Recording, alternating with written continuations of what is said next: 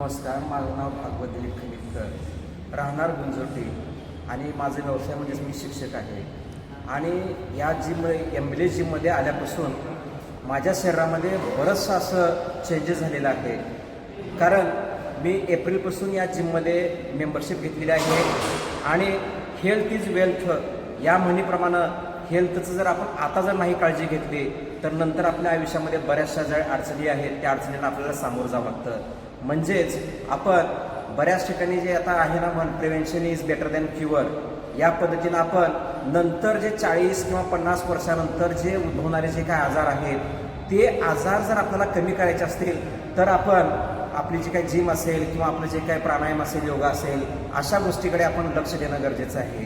खरं पाहता पाश्चिमात्य देशामध्ये त्या ठिकाणी आहार त्यांचा चांगला नसून पण ते जे काही व्यायाम आहे तिथं जवळपास प्रत्येक शहरामध्ये 80 ते 90% तिथं जिम्स आहेत. आपल्याकडे त्याचं जे काही प्रमाण आहे ते प्रमाण फारच अत्यल्प आहे. आणि उमरग्यासारख्या ठिकाणी एम्बुलेन्स जी काही जिम आहे या एम्बुलेन्स जिममध्ये बरेचशा जे काही उपकरणं आहेत ते उपकरणं खूप चांगले आहेत. कार्डिओचे जे उपकरणं आहेत त्या उपकरणामध्ये आपल्याला चांगल्या पद्धतीनं आपलं जे काय फॅट बर्न असेल किंवा आपलं जे काय कार्डियाक जे आउटपुट करायचं असेल त्याच्यातून आपल्याला चांगल्या पद्धतीनं आपल्याला करायला मिळतं. कारण त्याच्यामध्ये कॅलरी किती बर्न झालेले आहेत याचं तिथं ते मेन्शन त्या मशीनमध्ये केलेलं आहे. त्याचप्रमाणे याच्यामध्ये जे काही बरेचसे जे काही उपकरणं आहेत त्या उपकरणाचा वापर करून आपल्याला बरंचसं आपल्या शरीरामध्ये जे काही बदल आहेत ते बदल घडवता येतात.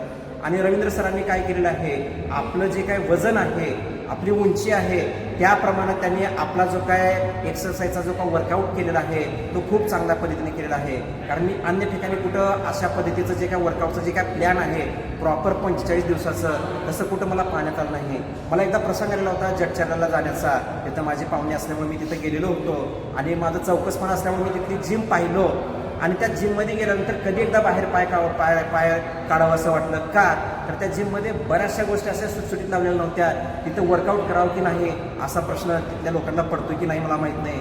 पण आपल्या जिममध्ये आल्यानंतर आपले जे काय कोच आहेत, रवींद्र सर आहेत, सुप्रिया मॅडम आहेत, आदित्य सर आहेत, पुन्हा स्वप्नील सर आहेत, सूरज सर आहेत, यांचा जो काय स्वभाव आहे त्या स्वभावामुळं आपल्याला जे काय वर्कआउट केल्यानंतर जे येणारं जे काही एनर्जीचं जे काय हे आहे ते एनर्जी फुल आपल्याला इथून जाता येतं.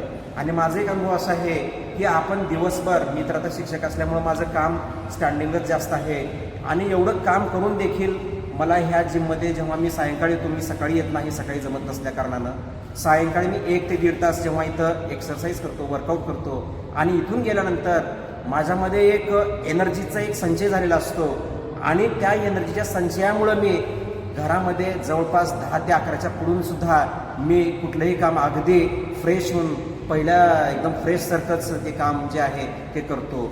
खरोखरच आपण आपल्या जे काय आपलं शरीर आहे ते शरीर जर आपल्याला जर चांगलं ठेवायचं असेल तर आपण जिम जॉईन केली पाहिजे, व्यायाम चांगल्या पद्धतीने केलं पाहिजे आणि जो काय आहार आहे तो आहाराकडे सुद्धा लक्ष देणं गरजेचं आहे. धन्यवाद. आणखी मला असंही सांगावंसं वाटणार आहे की जिम करणं म्हणजे आपलं शरीर सौष्ठव जे आहे, बॉडी बिल्डिंग जे आहे ते करायचं नाही आपल्याला. तर आपलं जे काय आतले जे काही इंद्रिय आहेत त्या इंद्रियांचा आपण जेव्हा आपण कार्डिया करतो किंवा अन्य जे काय मसल वेट लिफ्टिंगचं असेल, छोटे मोठे असे जे काय आहे डंबेल्स असतील त्याच्यामुळे काय आपले जे मसल्स अप होणार आहेत आणि मसल्स अप झाल्यामुळं आपलं जे काही शरीर आहे, आपले जे काय पोटेन्शियल जे आहे ते चांगल्या पद्धतीनं राहणार आहे.